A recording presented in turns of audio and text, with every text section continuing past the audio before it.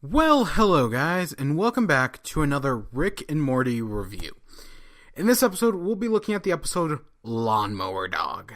I kind of see why it's called that, but I also I get half of it, but I don't get the other. Well, kind of. Now, I said in the last episode, if you saw the first episode and you thought it was just okay, Stay tuned for this one, because this one does a lot better. And yeah, I still believe that. I still think this does a great job as showing everything Rick and Morty is capable of. Everything it can strive to be. Well, it's a good example. Of course, it can do much more, but yeah. So let's get right into it. So it starts off, they have a dog, right? Jerry's talking to the dog, Snuffles? And it pees on the rug, and yeah, Jerry doesn't like the dog. But it's Morty's dog, so yeah. So Jerry bribes or blackmails Rick into creating a hat to make the dog smarter. You can already see where this is going. So Rick takes Morty, and they go to the math teacher's house, because instead of actually teaching Morty math, they're going to do the whole Inception thing and go into his dreams and supplant the idea of math giving Morty an A, so that way he'll get an A. It's a lot more effort than it's worth, but the show likes to tackle movies, like, a lot, and we'll see that again in this episode. But yeah, I like it.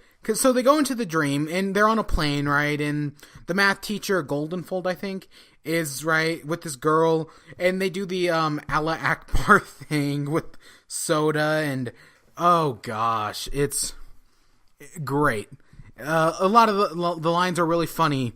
Like, they're getting shot at. And it's like, this happens all the time, Morty. Don't complain. Yeah, done really well. It is. And then we cut back to the dog, and he's trying to communicate with them, but he can't, because he's got dog vocal cords.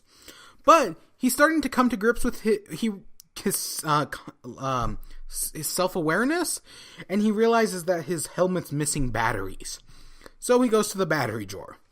Then we cut back to Goldenfold's dream, in which they get sucked out of the plane, and they're now parachuting down.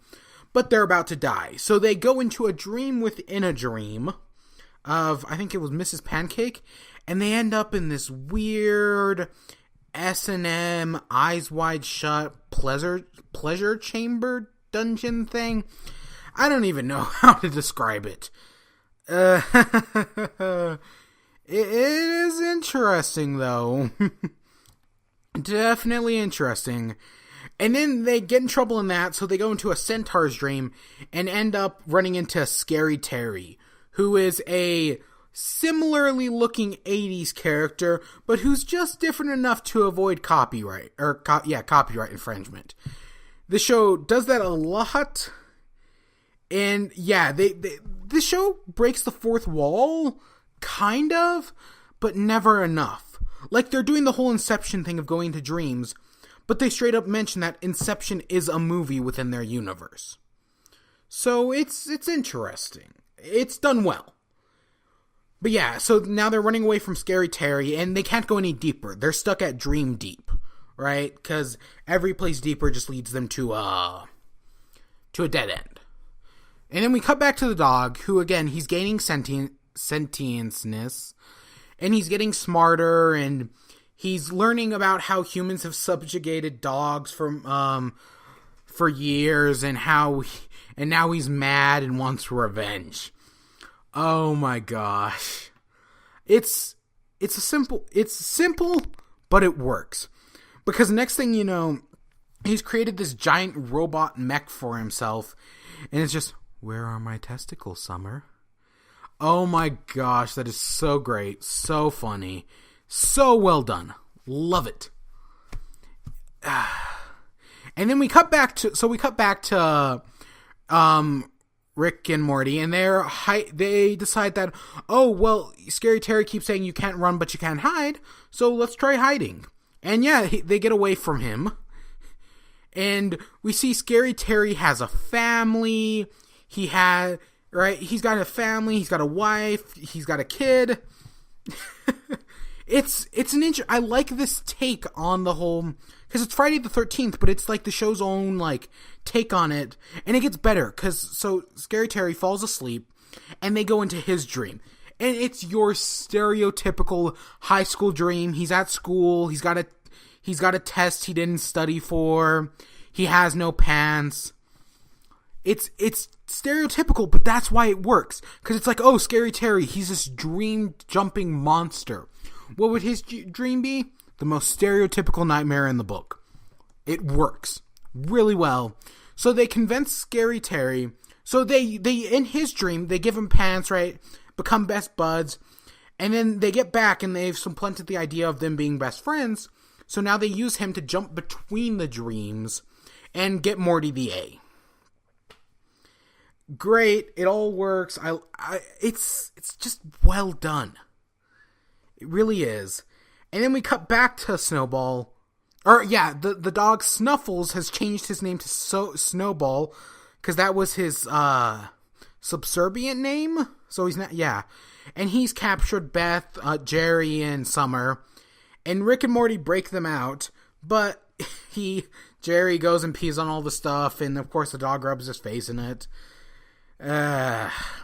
This show, this does political commentary really well, because now we've seen the roles reverse.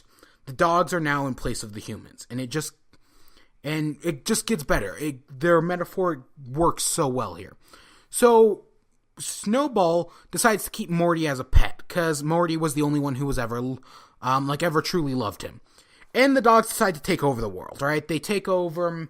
They basically, the roles of dogs and humans switch places. And yeah. And Rick shows up, and we find out this entire thing, the dogs taking over, was all a dream, right? It's still the night of him being captured.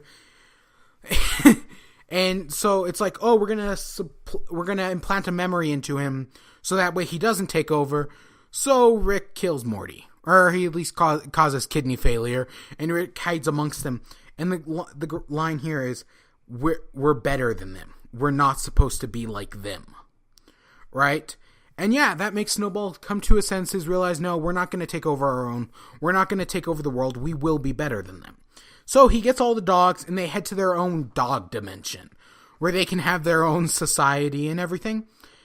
And yeah, it's well done. This was the first episode. When I first saw it, I thought it was good, but no, nothing special, right? This episode, though, when I saw it, I was like, this is really good. This is really well done. This was the episode that got me hooked. And yeah, definitely check it out. It's really well done. And I can't wait to see where we go from here. But I hope you all enjoyed. Stay tuned for more. Until next time, peace.